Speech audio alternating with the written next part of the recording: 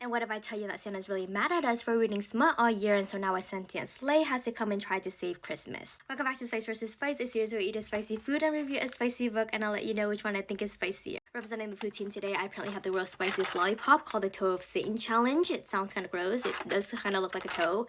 And it has 9 million Scoville units, and it threatens to take me out in less than 5 minutes. I'm kind of excited. Representing the book team today, I have Sentient Claus by Holly Wilde, which is a sentient object romance between Mrs. Claus and Santa's sentient sleigh, happening right in front of Santa's face, like literally. So needless to say, let's get into it. In this story, we're introduced to Santa and his Christmas theme just days before Christmas, and Santa is really angry because apparently the naughty list is super long this year. You see, Santa has been tuning into a lot of alpha male podcasts, and like not my Omegaverse ones, the other kind, and since then he's been really mad at romance readers for ruining modern literature because, you know, historically they don't read romance and smut. And he's especially very angry at book talk and the complete filth we utter on here. So much so that he makes anonymous account to tell romance readers that they're awful and that they're all going to be on the naughty list. And true to his words, we're all on there. All of our names are on there, making this the longest naughty list in history. The entire Christmas team could all tell that something is wrong with Christmas this year, and as the elves and the reindeers are chittering, chattering, and whispering about, Santa's sentient sleigh, the one that's crafted by magic, the one that has been responsible to help Santa deliver gifts all over the world for centuries, came up with a plan. He decided that he's going to personally investigate these romance readers and their filthy habits to see if there's anything he could do to save Christmas. So he snuck into Santa's office, peeked at his naughty list, and decided to make a few visits. So he spends an entire night investigating, and he even read a few books for, you know, research, and it actually led him to more questions than answers, because to him, how could these books about romance and intimacy be the reasons why Christmas is ruined? He just could not wrap his head around it, and so he decided to confront Santa and ask him about his decisions with the naughty list, because it just did not make sense, and this made Santa very angry. So angry, in fact, that he decided to take an axe to break down the sleigh into wooden pieces, and just right then, Mrs. Claus walks in, and the same Mrs. Claus has been on very rocky terms with Santa because, surprise, surprise, in her free time while Santa is at the workshop, Mrs. Claus likes to read the exact same thing that we read. So Mrs. Claus walks in, and she's like, "What are you doing?" And Santa, of course, rambles on about his sleigh's audacity and how awful smut readers are. This tipped Mrs. Claus over the edge, and she tells Santa to sit his butt down, and from this moment on, he will not be calling her by her first name Gertie, but instead will be addressing her as Madam Claus. And you know, Mrs. Claus might be the nice and gentle wife that accommodates for Santa's every need. That is not the case for Madam Claus. Madam Claus speaks with authority, and she knows exactly what she wants, and from this moment on, she wants Santa to learn a lesson about making up arbitrary rules and punishing people for it. Okay, lollipop break because I've been yapping for a minute.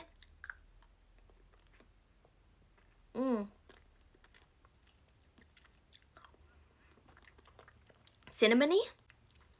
Spicy. So to start off her lesson, Madam Claus has Santa bend over her lap like the naughty boy he is and follow her instructions. She also magically crafted a cage around Santa's lollipop, which fits quite snugly, and that's fine unless Santa's lollipop were for some reason going to expand, then it might push itself right up against the cage. And then she also puts her cookie all over his face, gingerbread flavor, literally all over his face, which is fine. Santa enjoys that, except for the fact that he couldn't taste it. But then he tried to have a lick anyways because the cookie's right there in his face, and so she made him ask properly if he could have some cookies, of course, with all his manners. And she did allow that, but she did not allow Santa to come down any chimney until he changed his way, and so instead, she decided to give their sleigh a little makeover, added a new gear shift, a little lollipop, peppermint flavor, peppermint stripe, 14 inches, and it vibrates. She used her hand to test out the new lollipop, which went great for both the sleigh and for her, and that really motivated her to try to put her gingerbread cookie onto the lollipop. Apparently a banger combination, so you should try that when you're making your gingerbread house next time.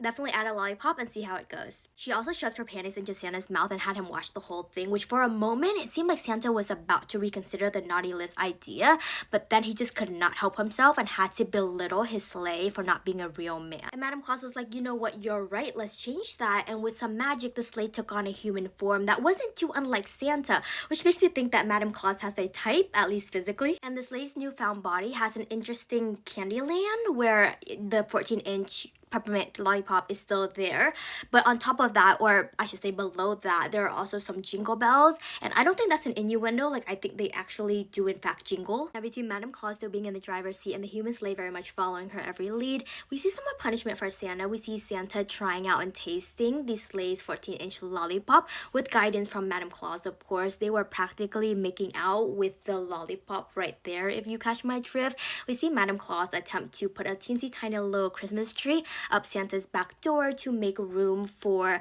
the sleigh's 14-inch lollipop, and then we see the sleigh try using his own whipped cream to propel the lollipop through Santa's back door because it just wasn't going through. And on that note, I just want to emphasize that there were whipped cream everywhere in Santa's mouth and Santa's back door, literally everywhere, because everyone was coming to town with the exception of Santa himself. Because you see, there were many points where we thought Madame Claus's lessons were working, that we thought Santa Claus was coming around to things because he was clearly going along with it. He was clearly enjoying the moment.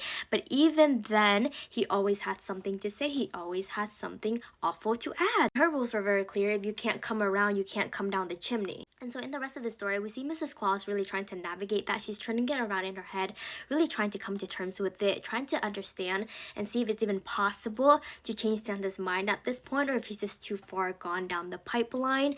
And she's, you know, really considering her options, and she's considering alternative solutions that may involve someone else, or maybe something else. And yeah, that pretty much wraps up our very short, fun holiday read, one that very clearly comments on purity culture broadly, but also very specifically the purity culture within book talk itself. I would say it's always interesting to read books that address this book talk because it simultaneously somehow feels way too close for comfort, but also kind of out of body. I don't know. But yeah, this book was quite steamy and absolutely hilarious. I can kind of say that I haven't read anything like this before. I mean, I read things, but I haven't read this thing. And honestly, the puns and innuendos are such a gem. Like, if you enjoy my word choices in my videos, you'll love this. Like, you'll eat it up. It's a Christmas theme. All that being said, let me think on it with this lollipop in my mouth.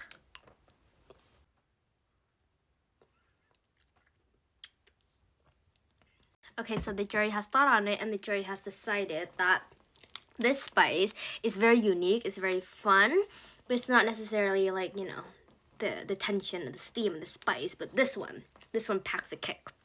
This one has all of that. I don't enjoy this. It's like sweet but spicy. I don't like sweet. So I'm gonna say food team wins today, but you should go read this book and tell me what you think. That's all I have for today. I will see you next time. Oh, and Merry Christmas. I hope today's Christmas special brings you some joy.